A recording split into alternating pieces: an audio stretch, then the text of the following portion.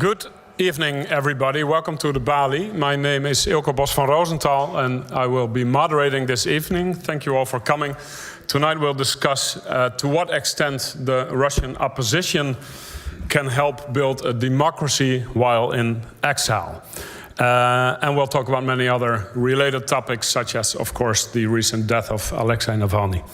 For this evening, the Balie joined forces with Free Russia Nederland. And when we planned this evening, we chose this date, first of all, because we wanted to speak and meet ahead of the elections that are coming up, but also because on this particular day, 9 years ago, Boris Nemtsov was killed on a bridge near the Kremlin in Moscow, which until then was the most shocking political murder during Putin's reign. And then 11 days ago, on February 16, Alexei Navalny died as a result of years in captivity. A political assassination, you might say, which makes an evening like this even more urgent. What does his death mean for opposition movements outside of Russia and inside of Russia? And what is the most effective way to oppose Putin in Russia and also abroad? Those are the topics tonight. Our main guest, which I'll introduce more properly in a minute, is Dmitry Gudkov, former member of the Duma and well known for his opposition to Putin from exile. But before our conversation starts, I would like to ask Kristina Petrasova of Free Russia Nederland to introduce their work. Kristina.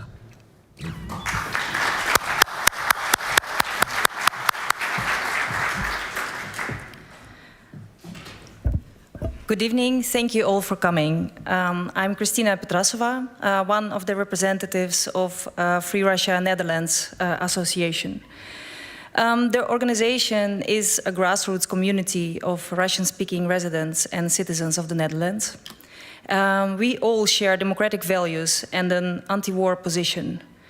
Our community originated as a citizens' initiative in January 2021, after Alexei Navalny was arrested upon his return to Russia. 24th of February 2022 changed lives dramatically for Ukrainians in Ukraine, but also for each of us, Russian-speaking people from Russian Federation, inside and outside of Russia. During the months of war, we campaigned, raised money for humanitarian aid to Ukraine, helped activists and refugees, and build relationships with Dutch institutions and society. In June 2022, we registered our organization as an ANBI-stichting in the Netherlands. We provide humanitarian help, organize events to draw attention to problems for Russian-speaking newcomers and refugees. Our educational activities are aimed at integration in the Netherlands and disseminating truthful information about Russian politics and society. But we also provide information and support of the war and what really happens inside of Russia. At the same time, we are part of a vast network of similar civil society organizations around the world. To make our anti-regime and anti-war stance stronger, we build collaborations with local societies, media and politicians. To bring a more united voice, we also collaborate with Russian opposition politicians and Russian independent media in exile. They all were forced to leave Russia because of their critical position against the regime and against the war against Ukraine. While many people left Russia, there are still hundreds of thousands, millions who stayed, and hundreds and thousands, maybe thousands, are in prison still. The murders and prosecutions of politicians and journalists like Boris Nemtsov 9 years ago, Anna Politkovskaya almost 18 years ago, and recently Alexei Navalny and dozens of others, politicians, journalists, and activists during Putin's rule are murdered, show that no one with an alternative point of view is safe inside Russia. After the beginning of Russia's full-scale invasion in Ukraine, the number of political prisoners has increased dramatically, often prosecuted for fabricated cases as a means of repression. Since the real beginning of war in Ukraine in 2014, the number of political prisoners has increased to almost 1,000. They need our support. They need our support and the attention of the international community on politics. Here outside of the hall, our colleague, human rights activist from Avtozak, is hosting a session of writing postcards to political prisoners in Russia. Please support them by sending a note after the program. One of the current campaigns I would like to draw your attention to now is raising awareness of the upcoming presidential so-called elections that will provide an illegitimate result, as we all expect. The complete usurpation of power and pressure on any political opponents of the current regime, including repression and physical elimination of these opponents, conducting elections in the occupied territories of the independent Ukraine, and the use of methods of coercion to garner votes in illegal electoral events. The illegal, unconstitutional amendment of the Constitution of the Russian Federation to maintain the possibility of Vladimir Putin staying in power. The war in Ukraine and the war crimes committed there, for which Putin is on the international wanted list by a warrant issued by the International Criminal Court.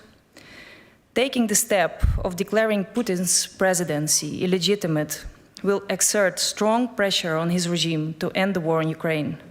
It will also allow the regime to be held accountable under international law for the war crimes it has committed.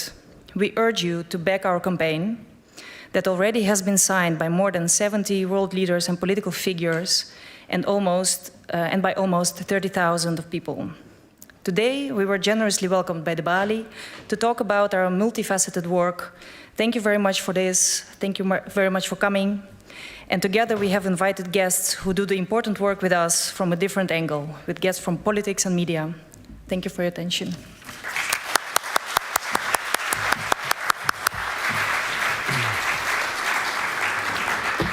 Thank you, Kristina Petrasova. I mispronounced your last name. I apologize. It will not be the last time tonight that I mispronounce Russian names. I apologize in advance. I would like to welcome Dmitry Gudkov. I hope I said that well, to the table. Please give him a hand. Thank you. We're very happy that you're here. Let me briefly, which also means incompletely, introduce you. Dmitry Gudkov was a member of the State Duma, as your father was, from 2011 to 2016, one of very few politicians who took to the streets to protest Putin, and one of very few Duma members who, for instance, did not vote for the annexation of Crimea in 2014. You fled Russia in 2021. As the Kremlin intensified its crackdown on the opposition, and with other Russians in exile like Mikhail Khodorkovsky and Garry Kasparov and Yevgeny Kislyak, who we'll get to later. You founded the Anti-War Committee of Russia a few days after the invasion of Ukraine. A warm welcome again. You were labeled a foreign agent, I believe, before. But in addition, I heard just before the evening began that you were convicted in Russia today. Yeah. Why was that? I have to add that I represent a criminal family today, because my father, who's also a politician, has been recognized as a terrorist today, and I was convicted in absentia. And was there a specific reason to do that now, both your father and you? I don't know. Just the news. I don't know the reason. We will find out maybe. Maybe tomorrow, maybe the day after tomorrow, when our lawyer will just familiarize with the document. Does it still either hurt in a way or does anything to you? Because apparently it doesn't. I don't know. I will find out, because when I fled Russia just 2 years ago, and I tried to open a bank account, so and I failed to do that within 13 months. Then I tried to find out what happened. And as a PEP, a politically exposed person, I was in the database World Check, and the algorithm just collected all information about me. So in Russia, I was convicted like in a fraud case. I faced a lot of charges. So, and everything was in this database, and I was the person with a 90% risk score for banks. So I think maybe it can have like similar effect. So let's wait and see. You hope to find out But more. of course, I don't travel to some like countries Right. that can extradite me to Russia. Of course. Let's go back to February 16, 11 days ago, when the news came that Alexei Navalny was dead. All right, I guess it was confirmed a day later. But he was killed. Was killed. Yes, I was going to get to that. He was killed. What was the first thing that struck your mind when you heard? I couldn't accept this news because I knew him like personally. So we were very close in 2011 and 2012 because after the elections, parliamentary elections in 2011, we all together with Boris Nemtsov and Alexei Navalny and other politicians, Ilya Yashin, Vladimir Karamurza. So we led the protest against like, at that time the elections has been rigged. So, and more than 100,000 of people took to the street in Moscow, and a lot of people just participated in the protest actions. And after that, there was like the wave of crackdown against all Russian opposition leaders and then journalists, and today just against all, even political activists and everybody. How did you think it would end for Navalny? Because no matter how much of a shock to many, it did not come as a surprise. So we just waiting for the decision of Russian authorities about the funeral. We'll see. Maybe like people also will take to the street. But did you expect because he's been in prison, he had been in prison for a couple of years, did you have any expectations that one day perhaps he would come out? Or none at all? Unfortunately, it was expected. But when such event happens, so you can't believe in that, even if you expect it. Sure. Yeah. His team yesterday, the Anti-Corruption Foundation, yesterday came with the news that, well, she told the world that Navalny was about to be released as part of a prisoner swap between Russia and the West, and that Putin, for some reason, changed his mind and decided to kill him right away. What do you make of that theory? I heard about these negotiations. Before, you mean? Yeah, before that. But I know that there were a lot of problems with that because Germany didn't want to to exchange Navalny on the, what's his name? Krasikov. Yeah, the killer. The FSB killer in Berlin. Yeah, the security services agent. Yeah. Who killed, I forget the names, sorry. I'm here for you. But let's believe what just Marie Pevchik declared. So you knew that there were negotiations going on, but you also knew that there were problems with it. Yes. Yeah. There were some negotiations, but I don't know just the results. Let's look at a brief clip from TV Rain after the death of Navalny. Okay.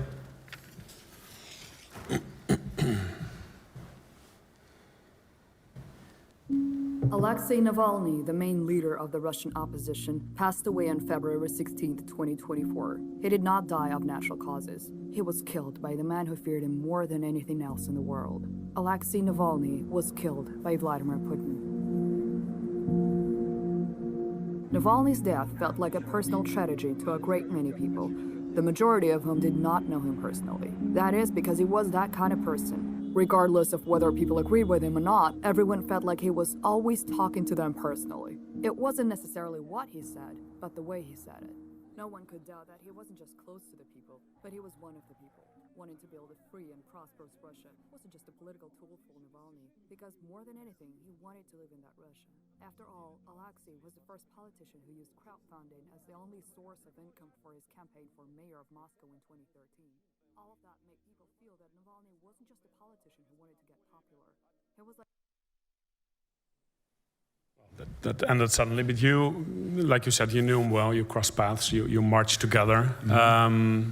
Is there one specific character trait that made him such an effective and therefore feared by the Kremlin leader? Very brave. Obviously. Yeah. Yeah. And what else? I think that he was even the first politician who went against Putin, like publicly.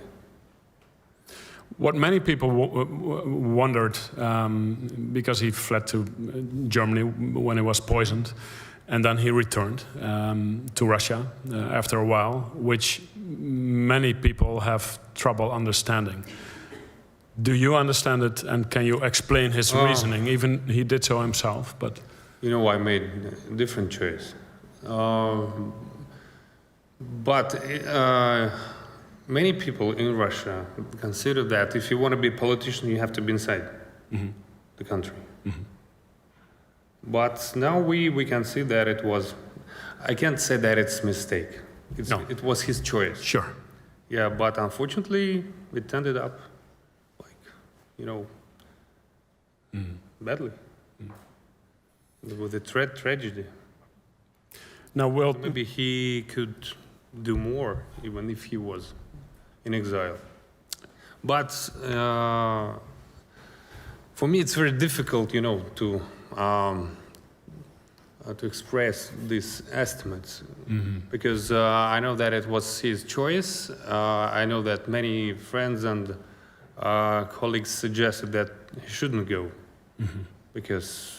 They advised him against. Yeah, the imprisonment was just. I was 100% sure that he'll be imprisoned, and we suggest that he shouldn't go, but he didn't listen to all of us. Right. You told him he shouldn't go. Not directly, but yes. Many others did. Yeah. We'll come back to the fallout of Alexei Navalny's death in a minute. But first take us back to 10, 11, 12, maybe 13 years ago, the huge protest. After the elections, President Putin was elected to a third term after he had been prime minister for a couple of years. The largest street protest since the 90s. You were there, Nemtsov was there, Navalny. What was your state of mind back then? There was a lot of anger, but how much hope did you have back then, which perhaps, or maybe not now, in hindsight, looks naive? We were young. and You're still young. Okay. You should tell it to my wife. I will. Okay. But in 2011, so it was the first time I was elected as a member of the parliament, and we believed that something would change. There was a split of elite, and I remember that at least even 30 members of the parliament participated in the protest actions on the Bolotne, on the first action. And I remember Alexei Kudrin was also on the stage, on the Sakharova.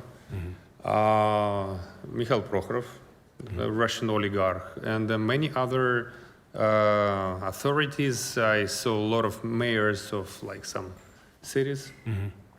And what was your hope, I guess, is clear that Putin would be gone, but your expectation back then perhaps was that if everybody in the whole opposition would join forces, that the people surrounding Putin in the Kremlin would perhaps stand up to him, or what was the ideal scenario, or the most likely I scenario? remember before 2011 there was so-called the party of second term of Medvedev, supported by different people in the parliament, in the government, and like Surkov, for example. So he wanted Medvedev to run for presidency for second term, and some other officials. So, but we believe in the peaceful protest, but in dictatorship it doesn't work, unfortunately. You believed in peaceful protest there. You were still able to organize a protest, unlike now. Is that because Putin back then wanted to at least give people the impression, or people abroad the impression, that Russia was at least partly a democracy? Why did he allow, at least for a while, the size of the protest that we saw? Because at that time it was unclear.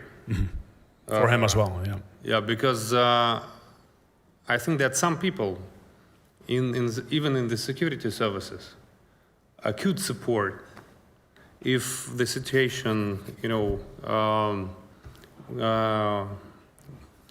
if the situation developed more toward the protest. I know that some people from FSB in the parliament, they relied on the protest because they wanted to use the protest, like to change the situation, to change the balance in the government.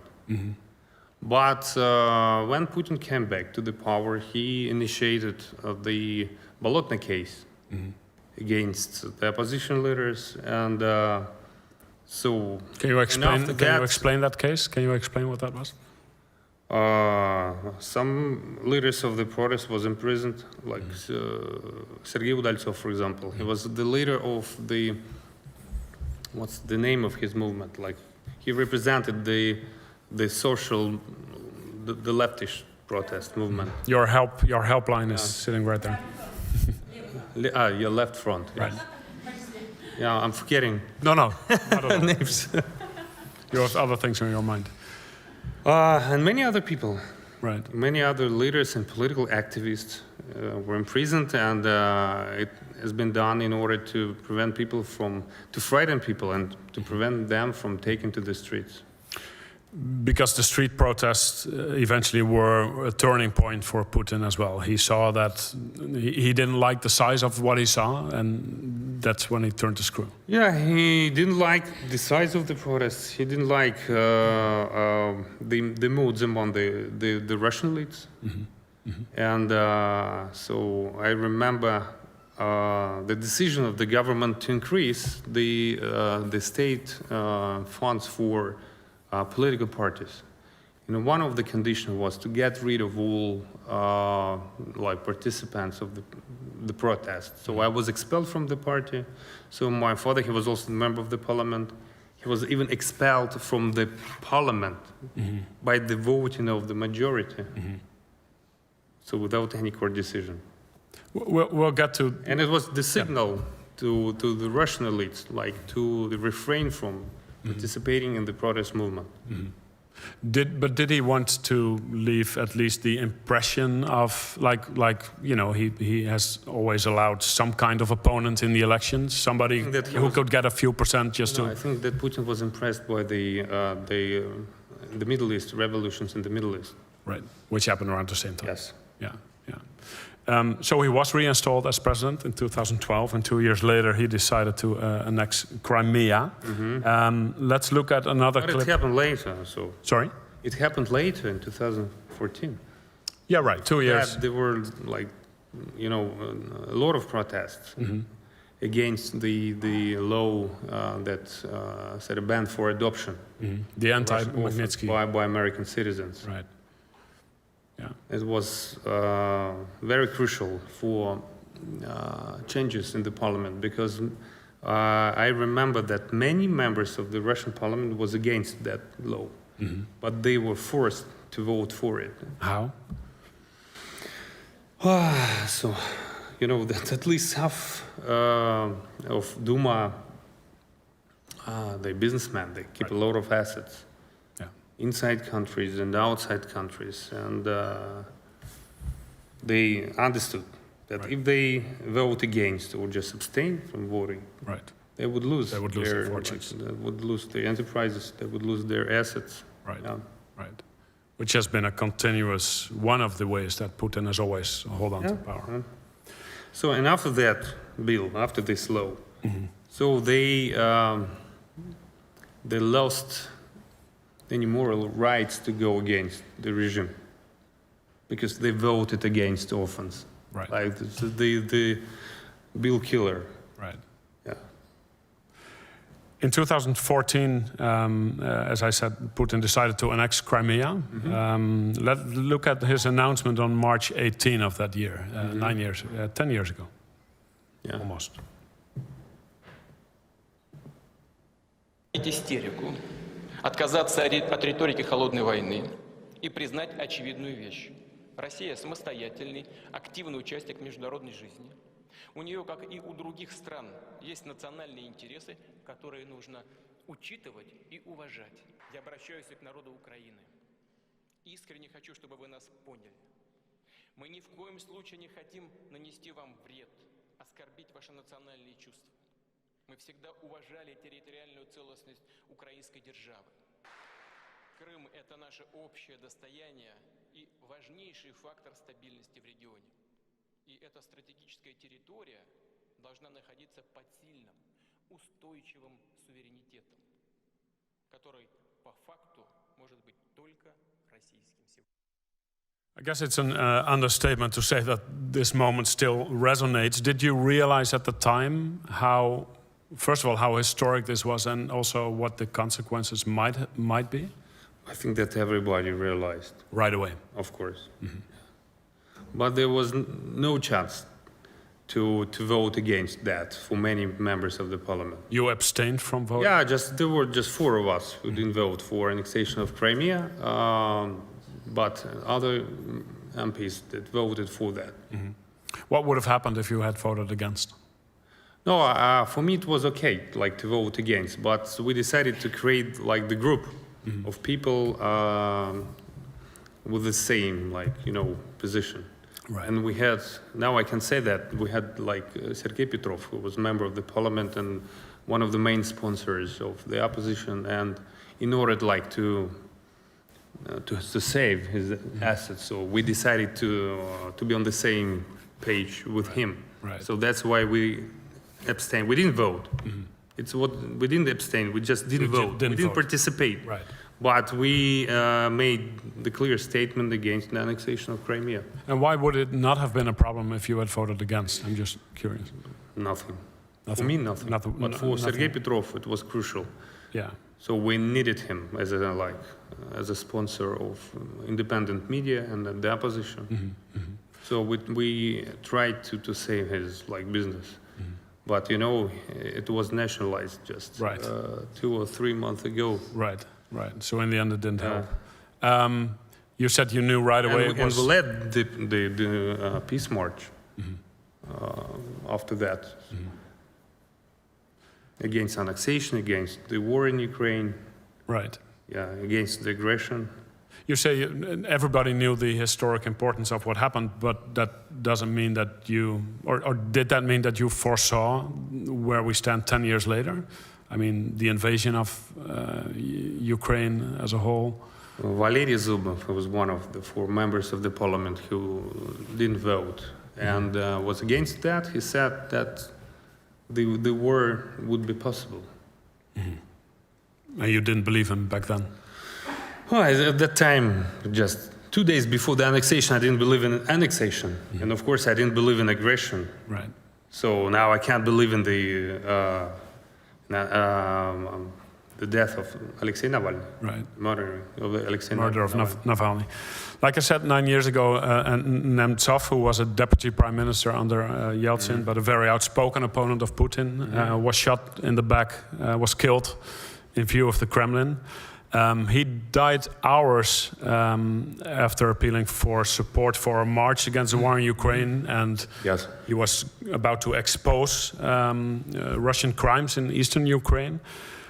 It looks like the expansion of Russian activity in Ukraine runs completely parallel to Putin cracking down on the opposition, which he had always done, but even more so. How do you see that parallel? I remember just from now, I remember the discussion that how he was killed and who ordered him. Like Putin himself, was Zolotov, or some other people. So I know that it was committed by, it was organized by Delimhanov. Adam Delimhanov, who was member of the parliament, and some people who, Delimhanov, they told me, just put me into the picture of what happened with Boris Nemtsov. So it was being prepared for several months. And so at the beginning, I believed in the version that it was ordered by Kadyrov. not by Putin. The But Chechen Chechen, warlord. yes, the governor of, like the president of Chechen Republic. Right. It's like the region of Russia. Yeah, yeah. But today, you know, I reconsidered my position. I think that it was ordered by Putin. Because Nemtsov was the main person who could unite leaders, different leaders of the opposition, and he was very good, like person to organize the protest against the war in Ukraine. And I know that the war in Ukraine, so Putin has been planning just to start in 2000 after annexation of Crimea. Then he asked some like people in the near circle, in the close circle, and asked for their opinions, and they decided like to postpone that, to start it later. But it was really discussed after annexation of Crimea. But what happened? They decided that they thought they were not ready for it, like militarily. Right. Let's introduce our next guest. Invite Yevgeny Kiselev to the table. You can correct me.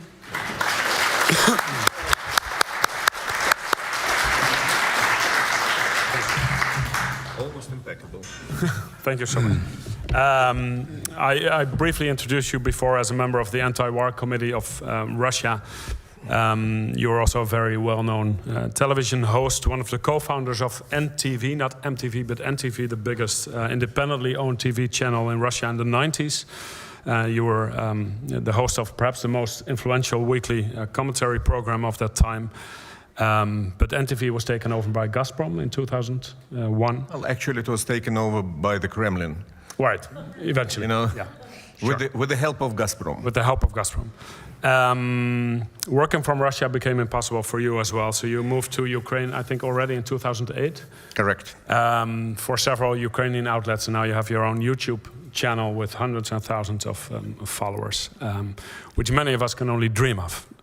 Let's get back to Navalny with you as well, and I guess the same question for you. When you heard about his the murder of Alexei Navalny, what was your state of mind, and what is it 11 days later? Well, I was very upset, and it was a very striking news, but I expected it. Expected it. Absolutely.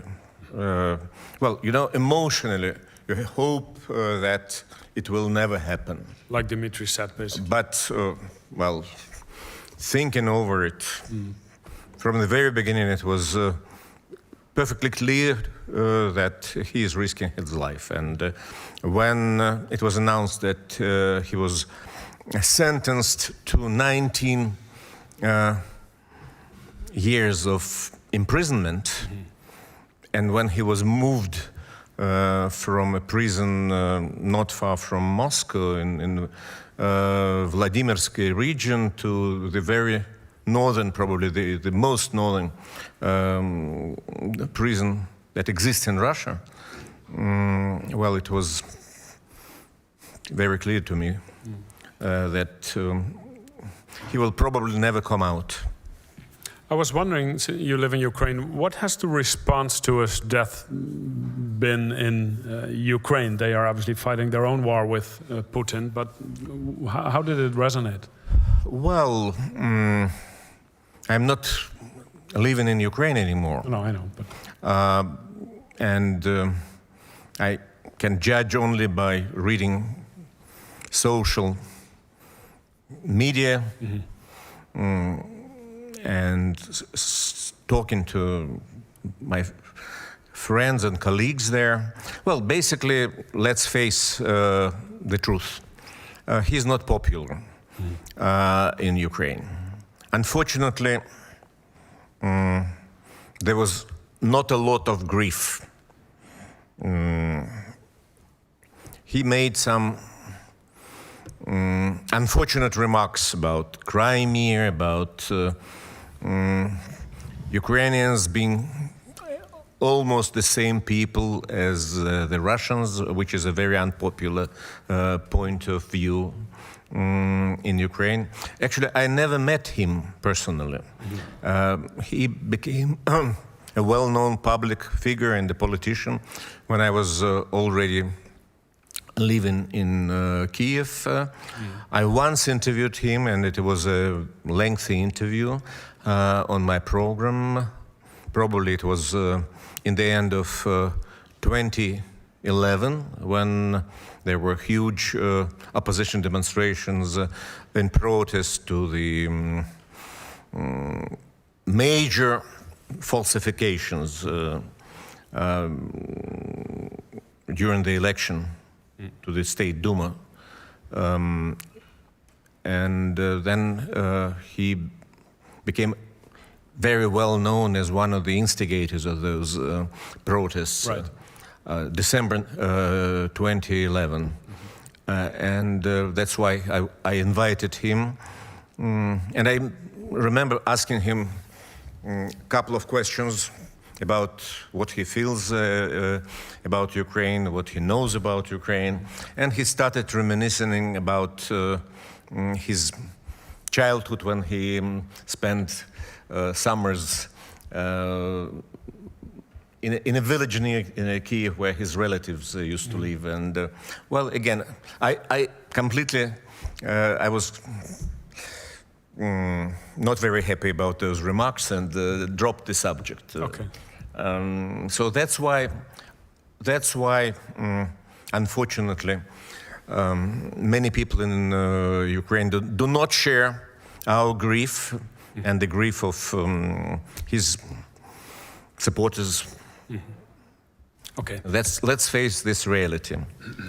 There's some kind of a public discussions because there are public figures in Ukraine who say that, look, it's a big mistake that addressing critics of Navalny, saying you're making a grave mistake when you do not share these feelings with Russian opposition.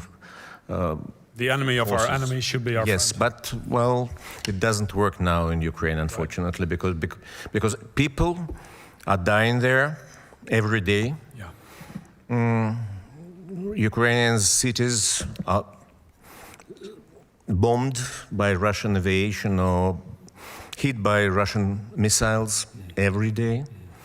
And it is very difficult for most of the Ukrainian people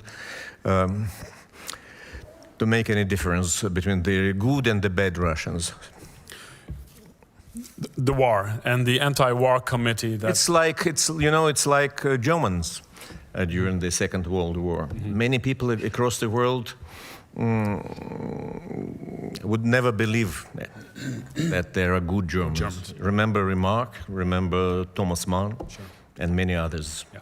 They had to suffer this, and they had to go through this, unfortunately. Let's talk about the anti-war committee that you co-founded. Question for either one of you: what does the committee do? What can the committee do? Let's start with you. First, it was an attempt to unite different leaders of the opposition, but it's still problematic. But today, of course, so we have the goal to undermine Putin's legitimacy internally and externally inside Russia. So I think that you know the case of Boris Nemtsov. Was was a systemic candidate. It's not the candidate of our dream, of course, but he made some very soft anti-war statement. And so we decided in exile, to support his campaign and to call people to sign for him. And within 1 week, so more than 200,000 people signed for Boris Nemtsov. Why?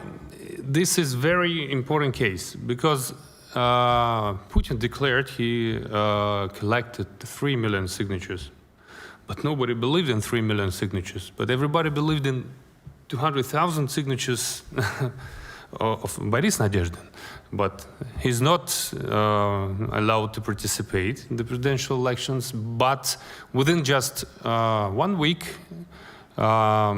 his rating from 0 skyrocketed to 10%. So he became the candidate number 2 after Putin. Just to his own surprise. I think it was the result of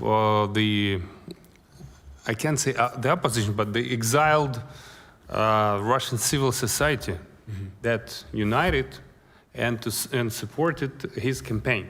And why? I was getting to that later. Just, no, please, go ahead. And now we're going to arrange we call it the protest actions, noon against Putin. We're going to call people to come to the polling stations on 17th of March at 12 a.m. In order to have big queues of people coming like to vote against Putin, or just they can't boycott but stand in the queues, in order to make people like standing against the war in Putin visible. And I hope that if like millions of people take to the street, we'll be able like to undermine the legitimacy of his results, even if Putin declares like 86%. And how do you reach people? How do you go about this campaign that you're describing? I think that we're going to use social media, YouTube, and so when we manage to unite, so we can reach a big audience in Russia. I know that when the war started and when the mobilization has been declared, so all Russian media had more than 200 million views, like, you know, inside Russia. So our audience is about 20 million, but when we get united, so it usually increases. That's the result of united civil society, exiled civil society. And so we're going to undermine his legitimacy, internally and externally. So it's been mentioned that we are collecting signatures under the petition to declare Putin illegitimate after March. And more than 70 prominent politicians and some celebrities, like, for example, Fukuyama, so signed this petition. And today, for example, I had a meeting in the parliament, and I explained to the Dutch parliament here, yes, why it is crucial. Because if Putin is not recognized, it can split the Russian elite.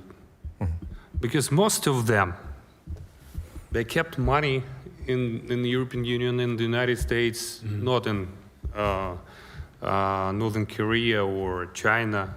And of course, they lost just a lot of money and opportunities. And of course, they don't want Russia to be isolated. They didn't want this war. I know from like many authorities, many members of the parliament. So they even didn't know that Putin was going to to wage this war. And of course, if Putin is weak, if Putin is not recognized by the European Western elites, Western politicians, and if his legitimacy is undermined inside the country, maybe some of them will dare to go against Putin. Was that because I think that the split of elite is just the mandatory thing for changes inside the country. Was that your main? So you met with Dutch parliamentarians today. What was do you know exactly who you spoke to? Was the PVV there as well, the winner of the Dutch elections? And no, they were not. Okay. No, I'm asking that because they're known to be one of two parties that, at least in the past, were pro-Kremlin. There were 5 members of the parliament, so I have the list. Yeah, sure. No, but what was your main message to those who were there? Was that your main message? We discussed sanctions, for example, because I believe that sanctions could be more efficient and better. We'll get to sanctions in a moment, I promise, because it's important. But just going back to making Putin the illegitimate president. Yeah. And how would it work, and does it really matter? Because, you know, everybody considers him a persona non grata anyway. He cannot travel. Not anybody. etc. And, No, yeah. no, right. But I mean, in the- Lukashenko's case, just in the 9 Western or capitals. 10 countries declared him illegitimate. So, and I understand that some of them would never do that. Mm-hmm. But if we have discussions in the parliaments, governments in Western countries, it would create tension inside the Kremlin elite. because their fear again would be that Because they hope like to return their assets, right. money, and opportunity, like to be the part of the world economy sometimes later. But and the Putin, when he's not the person that the Western elites deal with, Right. so they will start thinking of like replacing Right, him. but the Western leaders already do not deal with Putin and do not want to deal with Putin. So I'm just in trying different to. countries, different opinions. Right, right. Yeah. Do you believe this might be a working strategy? Well, listen, sometimes when I watch Putin speaking somewhere, addressing the crowd, or speaking to his subordinates, or being interviewed by Tucker Carlson, Which I was sta- entertaining in a way. in a way, but sometimes I start to doubt his mental health. I'm not sure if he's okay here, or maybe. Let's just go on. What is your diagnosis then? Well, started it, so. Probably what is called binary disorder. Bipolar, correct. Thank you. Bipolar disorder, probably. Sometimes he's depressed, sometimes he's very aggressive, and sometimes it seems to me that he's longing for the years when he was member of G8, when he was invited to every capital in the world, when he was shaking hands with presidents, premiers, you know. So you're basically saying that British making him Queen was waiting for him, and he was not late. anymore. Yeah. And he was late, and Roman Pope was also waiting for him, and he was late as well. Right. So you're saying that was his he macho approach to meeting making everybody VIP wait. leaders. So he doesn't want to be the illegitimate president. We all think that he doesn't care about anything anymore. doubt. But Sometimes I feel that he doesn't care at all. I say, okay, forget about it. But sometimes I feel that when he starts to say that we are ready for peaceful negotiations, and it's Ukraine that denies all our attempts to talk about peace and some peaceful solutions, and we are open to discussions, etc., etc., etc. Well, when I think that maybe serious discussion in Western governments, in Western parliaments, about whether we, as a government of this country or that country, should accept results of the so-called election. Should we consider Mr. Putin legitimate president of Russia or not? Well, I agree with Dmitry when he says that maybe it will stir up some discontent within different circles of Russian elite, because, well, I completely support Dmitry when he says that Putin's elite basically followed the principle: we earn money inside Russia, we spend it outside Russia. That's why they were acquiring luxury villas on the Mediterranean, you know, super yachts, and send their children to best schools and universities all across Europe and in the United States. Now they lost all that, and probably Western governments should do more They should not allow their wives, their mothers-in-law, their children. Because what was decided on as of now, 2 years into the war, has not harmed Putin. As far as I understand, it seems. members of the families of Russian pro-Putin elite continue to live in Europe, across Europe, across the United States. They somehow find ways to travel there. Some of them have permanent residence, again, in many different countries. And even citizenship. And even Dual citizenship. Yeah. Well, it's a very complicated legal process, of course. But something should be done. There's one chair empty, and that will not remain empty. I'd like to invite our final guest, Ekaterina Kotrikadze. Good job.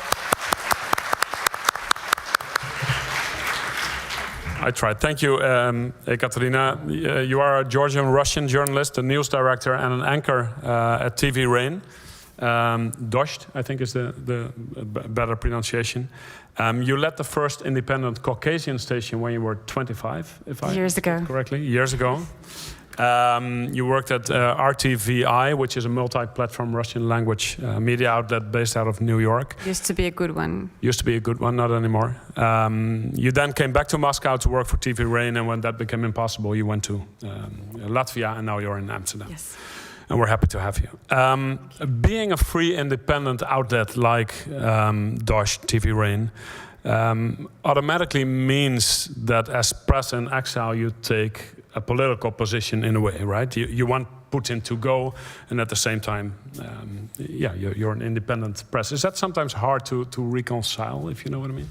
Of course. Because we were taught to be journalists, and Evgeny would understand what I'm saying perfectly well, because you need to follow the rules of your profession, you need to be objective, you need to interview the one side and another side, but then you're kind of a foreign agent. I am personally a foreign agent, as Dmitry and Evgeny. Congratulations. No, I'm not You're only- not foreign agent? I am not only foreign agent. You're a I'm also terrorist. A terrorist. Okay. Yeah. Foreign agent's family. So You're obviously wearing it as a badge of honor. but I can bet this because I'm also a member of unwanted organization in Russian Federation, which means that any kind of communication with me or cooperation with me or other employees of TV Rain means criminal case. Can mean a criminal case if they want to. For me, if I'm asking you For questions. example, yes, you can. I mean, you're another Russian citizen. Okay. Fortunately for you, A I Russian suppose. citizen who But Even agrees to interacts with you? interviews. Really? so, for example, Dmitry was in my studio today. I was interviewing him, and for this, he can get a criminal record in Russia. One more. Yeah, one more, another one. What I'm saying is that in these circumstances, when your life is totally broken and your children do not have an opportunity to keep on learning in their favorite school in Moscow, when you cannot visit your own home, when everything is shut down for you just because you were saying the truth about the political situation in your country because you were just doing your job, and you are in exile, it's not easy. I'm not complaining, but I mean... No, sure. And in these circumstances, and they label you, right? You can sometimes think, what the hell? I mean, how can you defend this journalistic standards? You're not an objective viewer anymore. You're a part of this war. Sure. And when the war started, we were in Moscow covering the situation and talking about this 24/7 on air, and we were having like millions of viewers in Russia and in Ukraine. And in a couple of hours that day, it was February 24th, or maybe it was next day, I'm not sure, maybe the same day, not sure about that, but we got the call from the Roskomnadzor. This is regulatory something. They control you, they control media, and they told the editor-in-chief, like, we respect you so much. Thank you for what you're doing. Just remember that there are rules and that you need to quote the Ministry of Defense of Russian Federation. And if you quote the Ministry of Defense of Ukraine, it means that there could be some problems, but we are sure that you are so professional, everything would be all right. And the editor-in-chief said, oh, yes, of course, I'm sure, too, that everything would be all right. But everyone knew at that moment that we were getting problems. And why did they even begin, maybe it's naive, I don't know, so politely? I mean... because they are polite. Right. They kill you politely. Right. They have this courts where there are people, the day before Navalny was killed, on February 15th, he was at the court joking with a judge and prosecutor. Mm-hmm. And they were laughing, and they were talking to him politely. Online. Mm-hmm. Of course, online, yeah, yes, because he didn't have an opportunity to come from this Arctic something to the courtroom, but he was making jokes, and they were answering with jokes to Alexei. And yes, sometimes you could see, and you can see people who are behaving terribly in Russia, but mainly, they have this things, like they're normally behaving, like, in a way. Yeah, but it doesn't mean that they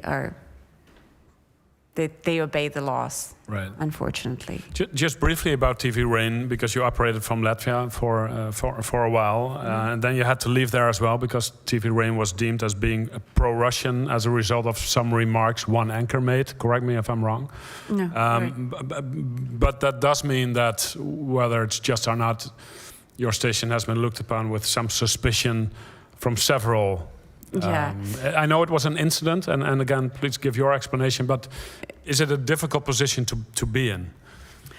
Well, I will try to be very brief. The problem is that when you are a part of the war, in spite of the fact that you're trying to do your best to defend the truth and to talk about the situation in Ukraine, that this is what we've been doing from the day one,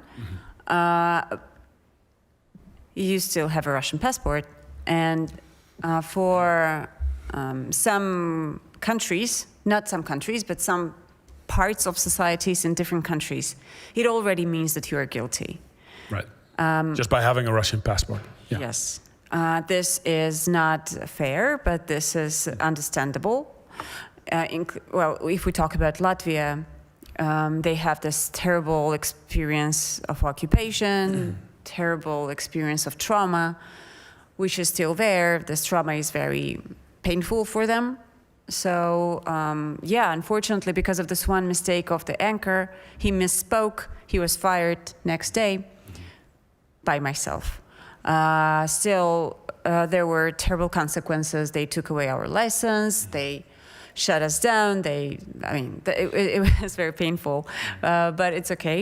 So it was a long way to Amsterdam. Right, didn't mean to rehash it. Netherlands. Amsterdam is you can work as a station from here in a good way, and you're here. Yeah, it's not home. It's not, where you should be. But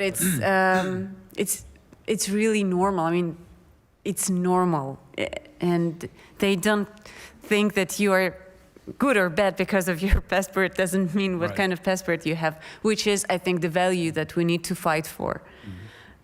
Yeah. Let's talk about, and just jump in whenever you want, about some more about the Russian opposition. We spoke, well, I work for a TV program myself, and we interviewed Mikhail Fishman, and he said there's... My colleague. Your colleague, sorry. And there's no longer, he said there's no longer such a thing as Russian opposition, it's now resistance. Would you agree with that? Dmitry is a Russian opposition. I don't like this word, the opposition, because this definition means that it's a political force with the right to opportunity to participate in the elections. So the opposition is it's the power. The term always almost legitimizes the process. I think that we're dissidents.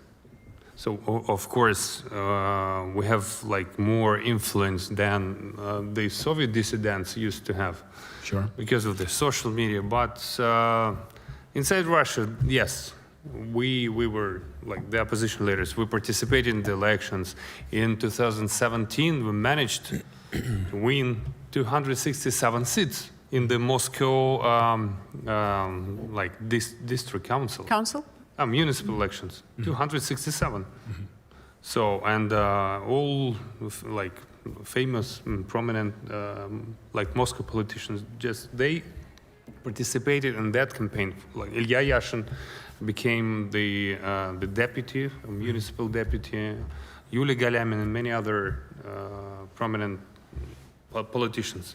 But after 2019,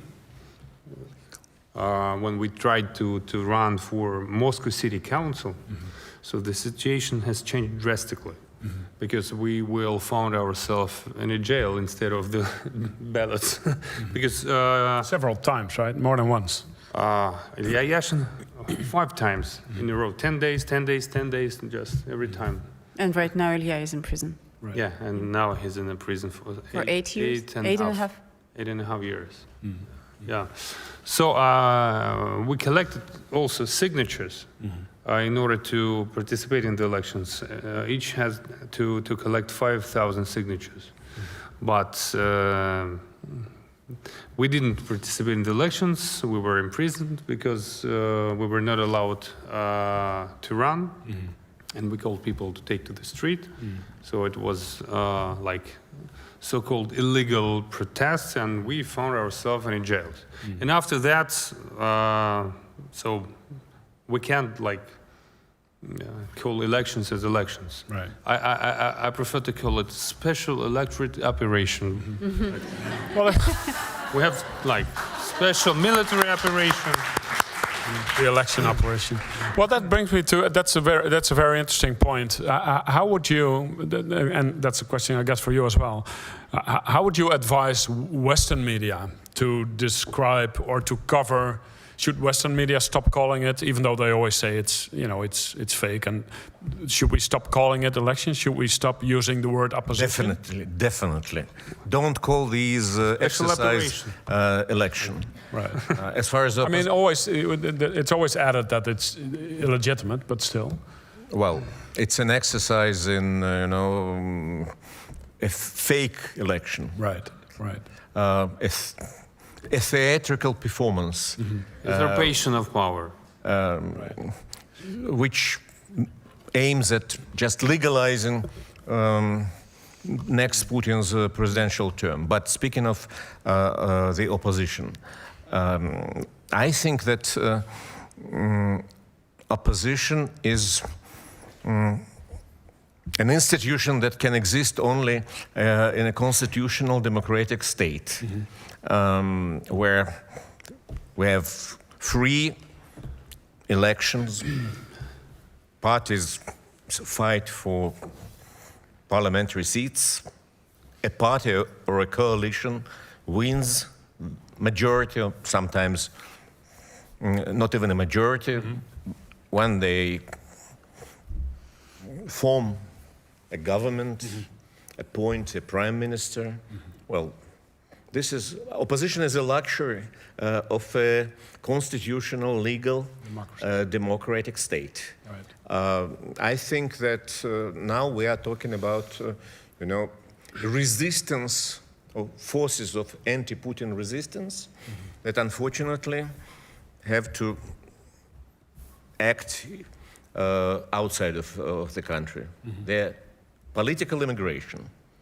And by the way, I do not agree with those who say that immigrating from a country is a suicide for a politician.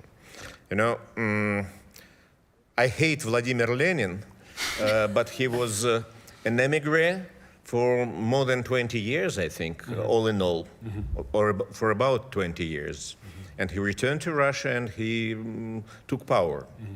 Same happened, for example, with Ayatollah Khomeini in Iran, who was outside of the country for probably 15 years, operating political forces from outside the country, and then he returned and took power. Does that I mean? can give you many other examples. I bet.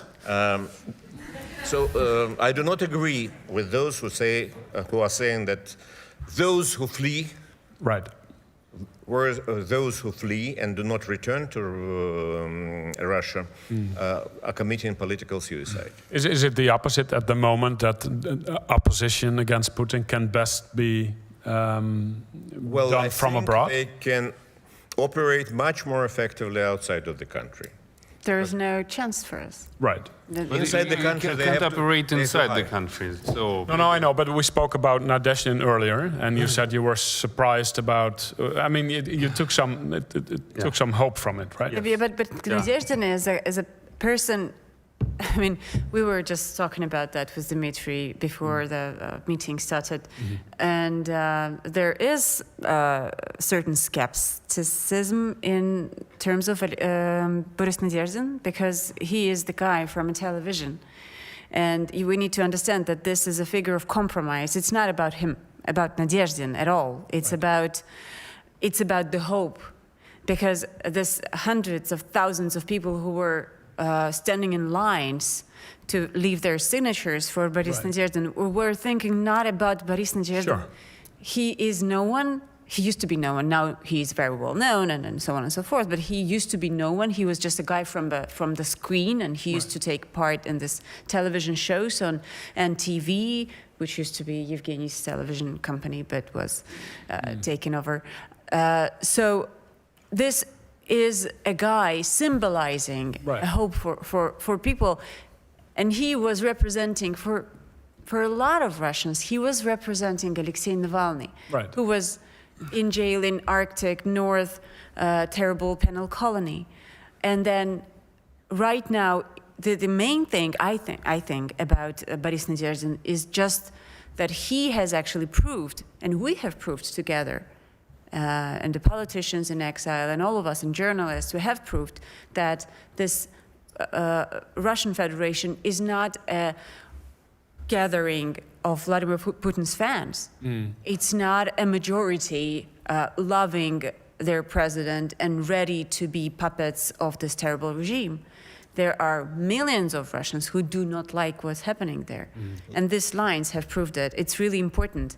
And this is something that we can show to you guys, the people who live in Europe, and you don't, I mean, you do not have to, but if you want to, if you are interested in what's going on in this 140 million country, you can see that this is just not true, what sociologists are telling you, what Putin is telling you, what propaganda is telling you, that even a slight chance of demonstrating a legal protest is used by so many. So it gives us hope to move on. just come up with the explanation. So Boris Nadezhdin was our political avatar.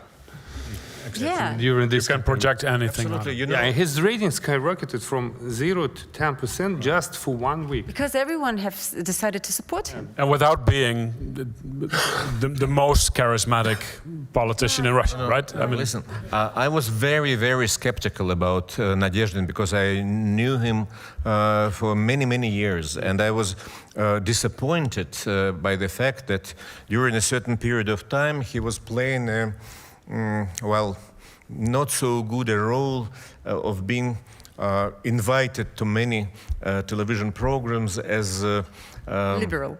a so-called liberal who would be beaten up by other participants, and in order to show to the whole television audience that, look, these are the views that are not supported by anyone. but he was not a good liberal. He didn't behave like a good TV liberal.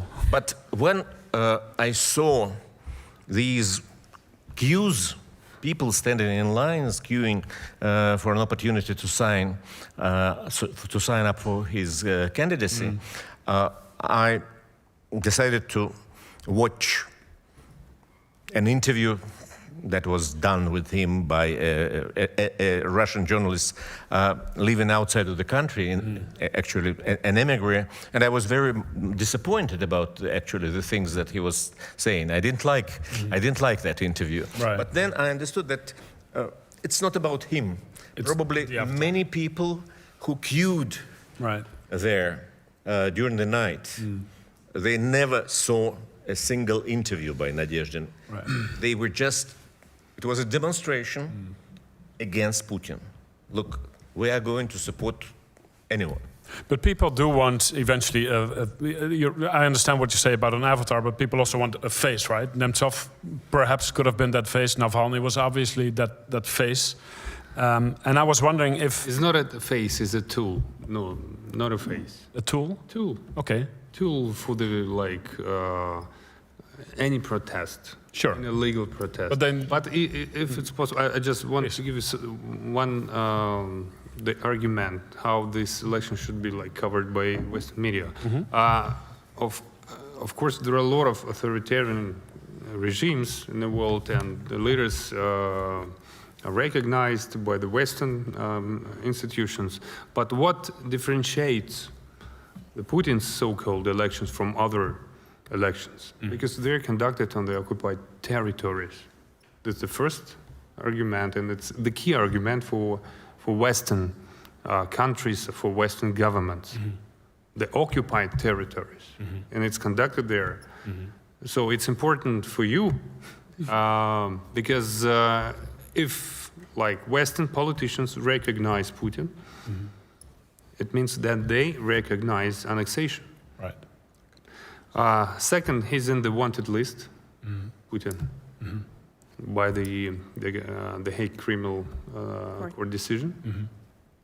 And third argument that his main opponent has been killed just one month before the elections. So,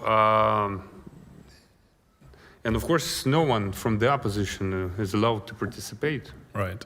So, and all of these arguments based in the Parliamentary Assembly resolution, the PACE voted for that.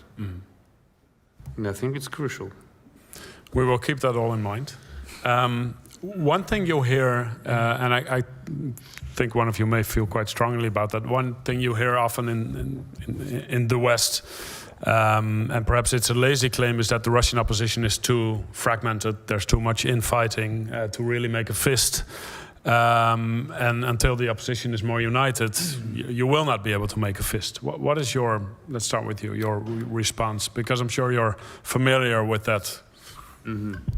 But the entire War Committee, it's the organization that united different public figures and politicians and just leaders of in different fields. So there was the only problem that it was not connected with Alexei Navalny's the FBK. But now I think that we have a chance to get united, because after assassination of Alexei Navalny, and if Yulia, if she His wife? continues, yes, if continues his work, and she would be able to be the politician that can be supported by, I think, all groups of the opposition in exile. She could be. But it depends on Yulia. Right. So, and I hope that I will be able to Hasn't she said that hasn't she already claimed the mantle in a way? You're saying it depends on Julia, Navalny's wife, but hasn't she already come forward saying that she wants to? I hope so, but I'm gonna meet with Yulia and just discuss some future steps. I think that we should be all together. We should act all together. It's not necessary to get united within the organization. So we need to coordinate our activity. Yeah. For example, we need to protect the rights of Russian relicants that who are still facing problems in banks with visas and etc. And of course, we have to unite our efforts to undermine Putin's legitimacy to coordinate this action, the noon against Putin. Right, right. Now it's very crucial for all of us. And of course, we need to lobby better sanctions, because unfortunately, These sanctions just affect just ordinary people more than the political Russian political Putin's elite. Well, let's get to that, because what we in the West can do, and you spoke to parliamentarians, and you said earlier that in Dutch Parliament today you brought that message as well. So what kind of sanctions, if we agree that the current sanctions do not work, or at least not properly, and I guess everybody does agree, what kind of sanctions could work? Okay, the first, we have to realize that we live in the 21st century, where we have like global south. It's 17% of the world GDP. Then we have China, and today it's very easy like to circumvent sanctions. So and it's very difficult to substitute Russian oil on the global market. And of course today Putin sells oil and gets money. So the first that we can do, the Western countries can do, like to create opportunities for capital flight and a brain drain, because Putin still has money for his war machine, and experts and some people working for his war machine. So we need to create legal channels for the people and the business to withdraw money from Russia. Which do not exist as of now. No, because we still don't have criteria for sanctions, and we have like criteria how to like to be removed from the sanction list. And it's very important, because if the Russian business, for example, if they have this, like the roadmap, how to take the proper side, many of them would do that. You need to be able to get off the sanctions list as well. Not everybody, of course. No, sure, but like war criminals should be carrot and the sanctions, of course. Business authorities who supported the war, they should be under sanctions. They should be in the wanted list. Right. But we have a lot of like ordinary people fleeing Russia, selling their property inside Russia. For example, when I sold my apartment, I had no like the tools like to withdraw money.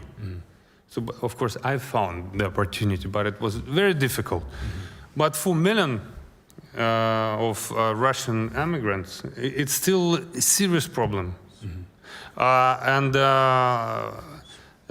we also need to help like people, like engineers, programmers, IT specialists, like to leave Russia. Right. But unfortunately, today they're facing a lot of bans. Because -1 engineer, for example, it's -1 missile. -2 programmers, it's minus like good soft. Right. You know, for the missiles. Right. And I think that the West should like finance the programs of relocating specialists and experts. How did that handful of Dutch parliamentarians? One more thing. So no, please. If the West creates these channels for capital flight, so it will be $100 billion, just huge amount of money, right? That Putin would lose, right? In this case. How did they respond when you brought the parliamentarians? How did they respond when you brought this up? Politely, I'm sure. Like we just discussed in the movie "Don't Look Up." Right. Okay, that's not a good sign. They understand, but they can't do that because of the public opinion, and so. But what do you mean about because of the public opinion? Because the public opinion is very much anti-Russian. Because anti-Putin, I should say. Yeah. Sometimes the audience demands very fast response, and always it's very easy like to put some ban for people entering countries with the driving the cars with the like Russian number plates or etc. So it's like it's nothing. So Putin even just wins in this situation because he can use the propaganda that would paint the picture that the West is against all Russians, right. But it doesn't affect Putin and his war machine. Final question before we go to audience questions, because I'm sure there are questions from the audience as well. We're talking about how the West can support the Russian opposition. Where you mentioned sanctions, you mentioned the delegitimize Putin campaign. What, in your opinion, could the West do in terms of supporting either opposition parties or media like TV Rain? I guess the risk is also that it's very easy for the Kremlin to portray TV Rain as a Western tool if you get, very openly tons of money from Western countries. Okay, so we'll handle it, no problem. Yeah. I'm sure you will. No, seriously, there is nothing they can do against us anymore because they quote us very often and they portray us as the enemies of the people, and we are very famous in Russia. I think that the most important thing to me personally, if we get serious, is remember us, please. Don't forget that we exist. Don't forget that it still makes sense to believe in prosperous democratic Russia. The main thing that we fight for here is just don't give up on us. There are millions of Russians who do not deserve Vladimir Putin, who do not deserve this kind of situation, who know what the democracy is, who search for democracy, but they're in a terrible situation. And I know people who say, for example, why won't you all leave the country? But I know Russians, the friends of mine, friends of my friends and others, who just have, for example, elderly parents, and they cannot leave them alone in their apartments, who have obligations. There are so many reasons for people not to leave and to be, unfortunately, silent, but at home. So what we try to do, if we talk about the communication of the journalists, Russian journalists, with the Western world and politicians, civil society representatives, and so on and so forth, is to talk about the situation in the country, to remind what is happening there, and to think together what can be done. Because democratic Russia, predictable Russia, is much better for everyone, right? Because you cannot just build the wall like Donald Trump never built, right? And he may still. Yes, and this is one different, separate, big problem. But let's not go there. yeah, but what we understand is that you cannot just build the wall around the biggest country of the world, right? And you need to cooperate. You need to remember that it exists, and it's much better for everyone if it's democratic. Right. So this is what. Just don't give up.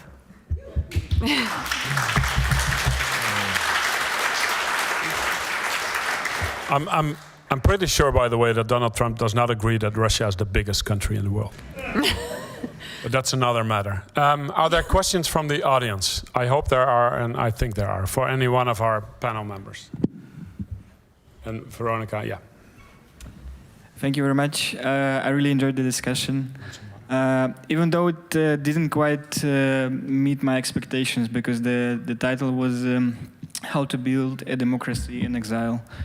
And I think I can see some people who are Democrats, but you mostly been discussing how to break Putin's regime. So here comes my question. What are the crucial elements of future democratic Russia?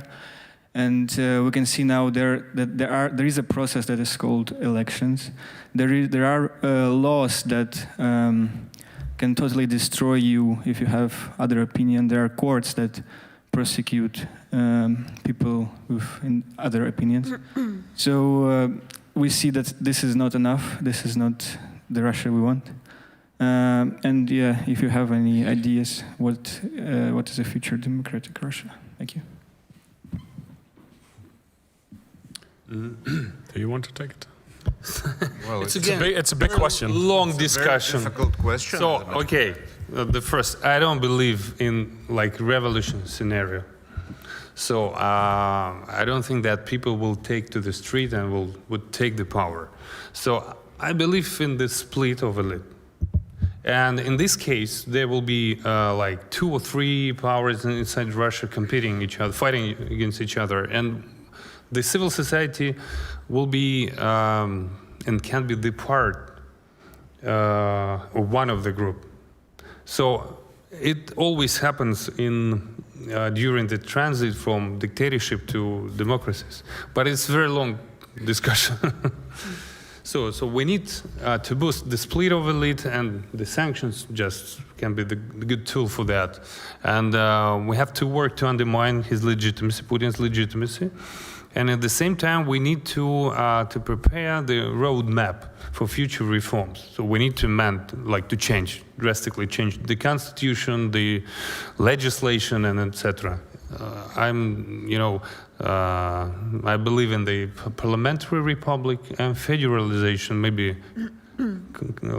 okay, it's enough because it will be long. By the way, it is very important to mention that Alexei Navalny, when he kind of made his very important political statement, the so-called 15 points, he said that Russia should become a parliamentary republic. Of course. Yeah. And it meant that The world, yeah. he was saying that I do not any longer have any presidential ambitions. It can be read at least. Because very often we say, who is going to be the next leader of President, right. Russian opposition? Or who is the most important figure now when Navalny is dead? Who will become the most powerful, influential, accepted leader of the opposition? And perhaps that's the wrong question, you mean? I think that the future lies with the abolition of the so-called presidential republic, super presidential state, as a matter of fact. Right. Russian president has more powers now than Russian czars used to have. And I think that we shall have, I'm very skeptical, as a matter of fact. I think, unfortunately, I have to confess that I'm very skeptical about revolutionary changes. I will be happy if it comes out that I'm wrong, if it turns out that I'm wrong. But I think that probably we shall have a transition period that could last for 5, maybe 10 years, like the transition period that we had after Brezhnev's death. After Brezhnev, Andropov came to power. He was slightly better in certain ways, and then he was inherited by Gorbachev. Right. And then perestroika. And then we used to have the so-called perestroika. That was sometimes very inconsistent reform. And then finally we had the collapse of the Communist Party rule. But right. When Yeltsin came, a lot of things went the wrong way. And it unfortunately ended in the biggest mistake Mr. Yeltsin made, helping Putin rise to power. Rise to power, correct. So I don't know, maybe this transition period would fail in the long run. Yeah, it's worth mentioning that today all groups of the Russian opposition, at least in exile, are on the same page regarding the roadmap, the future reforms, parliamentary republic, federalization, and etc. So there is a compromise, and it's very positive. Are there more questions from the audience? A few, yeah, in the back. Okay, yeah, thank you. Do you believe that Putin is the only problem or the whole regime is the problem? And do you believe that there is a chance that if Putin goes down, someone from his close allies will take his place and it will stay the same dictatorship, just somebody else will be, like Shoigu or anybody from his friends? Patrushev, yeah. There is always a chance, right? You never know. When we saw this Prigozhin's coup, and it was a surprise, obviously. You could never predict something like that. And you could see the conflict between a leader of the private military company and the Ministry of Defense, but you could not predict that this guy would go so far and take over the city of Rostov-on-Don. I mean, this was absolutely crazy, right? But things like that, when they happen, gives you an opportunity to fantasize. It gives you an opportunity to imagine the different scenarios. When you ask about Vladimir Putin and regime, of course there is a regime responsible for terrible crimes, including the war in Ukraine, including the killing of civilians in Ukraine, including the repressions inside Russia. It is not the only person. He's not the only one responsible. Of course, he's the first person to blame, but there are others. And I think that Russian propaganda is a very important part in this system of crime. And I don't know what my colleagues think, but as I understand, there is the history proves that it's a very black swan, a black box thing. It can happen this way or it can happen that way. It all depends on, circumstances, a lot of things. Mishustin, the Prime Minister of Russian Federation, would be even better, as we talked earlier, or Sobyanin would be even better for the prospects of Russia. No guarantees, but still better. And of course, if Kadyrov becomes like a president of Russia, which is absolutely impossible, but still we can imagine again, or Patrushev, which is more like it can happen, theoretically, but it's terrible, Naryshkin, some other guys, like military men, we just lose it. But what we can see right now that there still is a chance, and again, Prigozhin's case proved us that there may be huge surprises in this country. I would add that Putin, of course, is a problem, but the most serious problem is the political system. So, but I'm not disappointed in people, because according to scientists Adja Mogla and Robinson, their bestseller "Why Nations Fail." So we have northern and southern Koreas. We have the Syria Nagalis, just with the border between the United States and Mexico. And the border is just in the middle of the Syria. And you have different living standards from the both sides of the Syria. So it depends on the political system. So we need to build the inclusive institutions. And I think that the parliamentary republic and like federalization would be the best choice for our country. It would improve the situation very fast.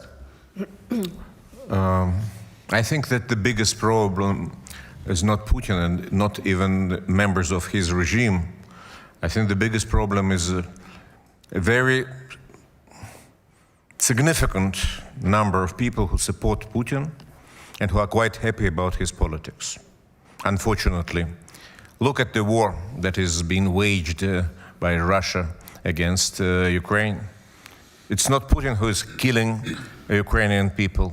It's not Putin who is bombing peaceful cities and villages. It's not Putin who is raping, killing civilians, including women and children. Unfortunately, all these crimes against humanity are committed by rank and file members of Russian society. And they are quite happy about it. I was shocked by the film that was shown recently during the Berlin film festival, which is called Intercepted, which consists of short dialogues between Russian soldiers fighting in Ukraine and their mothers or wives. Well, for example, somebody is saying, "Oh, you know, Mom, I found out that I like to torture people. You know, I learned new ways to torture people. It's such a lot of fun," and she accepts this. And another woman is asking her son, "So, what about the so-called Nazis?" Oh, he says, "Mother, it's all lies. There are no Nazis here." "Don't say this," she says. "Don't. They do exist. Kill them, etc., etc., etc." And well, I'm not very happy about those kind of Russian citizens, and I understand that they were quite happy about Putin, unfortunately. I think Dmitry has something to say. I would like to oppose to what Evgeny said. Because it's, very the popular discussion about the Russian people. Because, in all dictatorship, you will see that the popular dictator, for example, Ceausescu, if you remember, he had the rating of something 97%, just 3 days before he was killed. There was in Russia. I think that you all remember Yuri Lushkov. He was the mayor of Moscow. I remember the polls. He had 75% of support in Moscow just 1 week before he was removed from this position. And in 1 week after that, 56% of the citizens of Moscow supported the decision of Medvedev. So when I remember the book of Igor Gaidar, the End of Empire, Гибель империи, the End of Empire, yeah? Death of Empire or whatever? Yeah. Okay, the Collapse of Empire. Yeah. So in 1988, Mikhail Gorbachev had the rating of something around 58%. In 1988, in 1989, 56%, and you know what happened just a year later. I think it's yeah. And in 2019,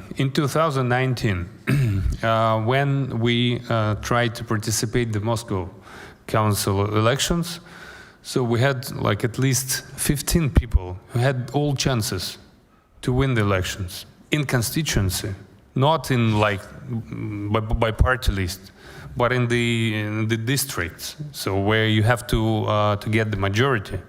And in 2021, so there were at least 20 or maybe 30 people in the liberal opposition, democratic opposition, who could win the elections in constituencies as well. So by getting the majority, that's why we were not allowed to participate in the elections. In 2017, so we, as I already said, we won 267 seats.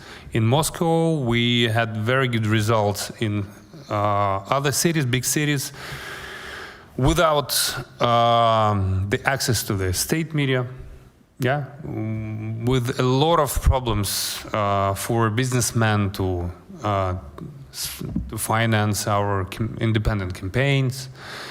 And I believe that if we have the different conditions, better conditions, so if people are provided with the free choice, so we would get absolutely different results during the elections. Maybe not very fast, but within 2 or 3 years. When Russians are provided by the free choice, where they were provided by the free choice, people voted for Democrats. In 90s and the last century. You know, Hitler was the leader of Germany for less than 13 years, slightly over 13, and the process of denazification in Germany took probably 20 to 25 years. Maybe when the late Chancellor Brandt kneeled in Warsaw to honor the memory of those killed during the Warsaw Ghetto uprising. That was probably the start of it. Even then, back in it was probably in 1970, many people in Germany did not like that gesture. Putin is 25 years, so maybe the denazification of Russia could take 50 years. A final question, I think, given the time.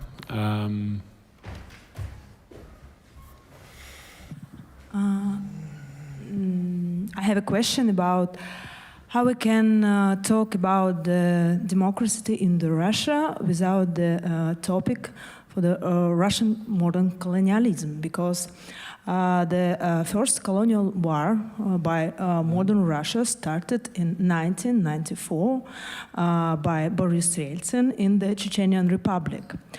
And second colonial war started with Vladimir Putin in 2014.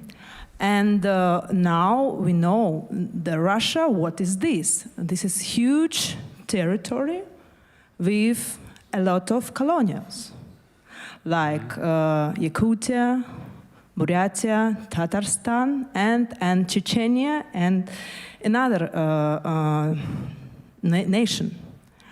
And how we can talk about the democracy without this topic? What is the modern Russian colonialism? Can I say a couple of words? You have forgotten about Georgia in 2008. You're talking about Transnistria. And by the way, you heard the rumors about Transnistria coming days, but it's obviously, probably it's nothing, but still, there is always a threat coming from Vladimir Putin's regime. And I used to sit in Tbilisi, Georgia in 2008 when the bombs were falling on the country where I was born, from the country where I used to live, coming from the country where I used to live. It's not a pleasant moment, honestly saying. And you're right, it's really important to talk about neocolonialism of Russian Federation, about not even Russian Federation, but this particular person, power, and the people around him, and about his paranoid wish to occupy as many countries around him as possible. Ukraine is very important to him, and he's obsessed with Ukraine. I'm not saying anything new, but it's we can see it every day, and this Tucker Carlson interview demonstrates how maybe Evgeny Alexeyevich is right, how mentally sick he is about Ukraine and about achieving the victory in Ukraine. It is important to talk about that. Still, I think that inside Russia, in its 1991 borders, the question of separatism is not as important as some may think, as we understand it right now. For example, there was a conference of people I don't remember how exactly this conference was called. Maybe you were not there.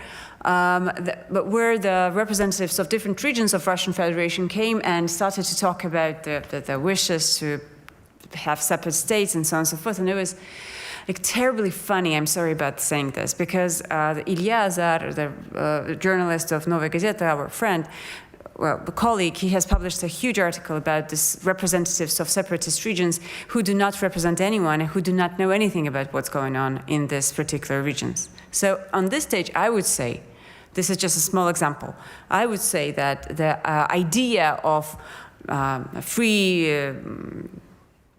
I don't know, Buryatia or Yakutia or any other Russian region is not as important as hundreds of other problems and issues that Russia is facing right now.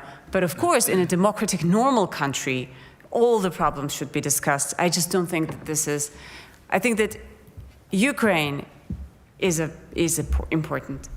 Moldova, Georgia, others, Belarus, by the way,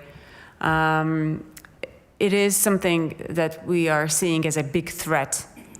And then maybe after years, it would be important to talk about Buryatia. I don't know. What do you think? Yeah, but I absolutely agree with you. So it's a problem of the political system of Russia. So we have super presidential country with the strong center where all the power is concentrated in Moscow, in the center. In the other regions, that they live as like colonies, very dependent.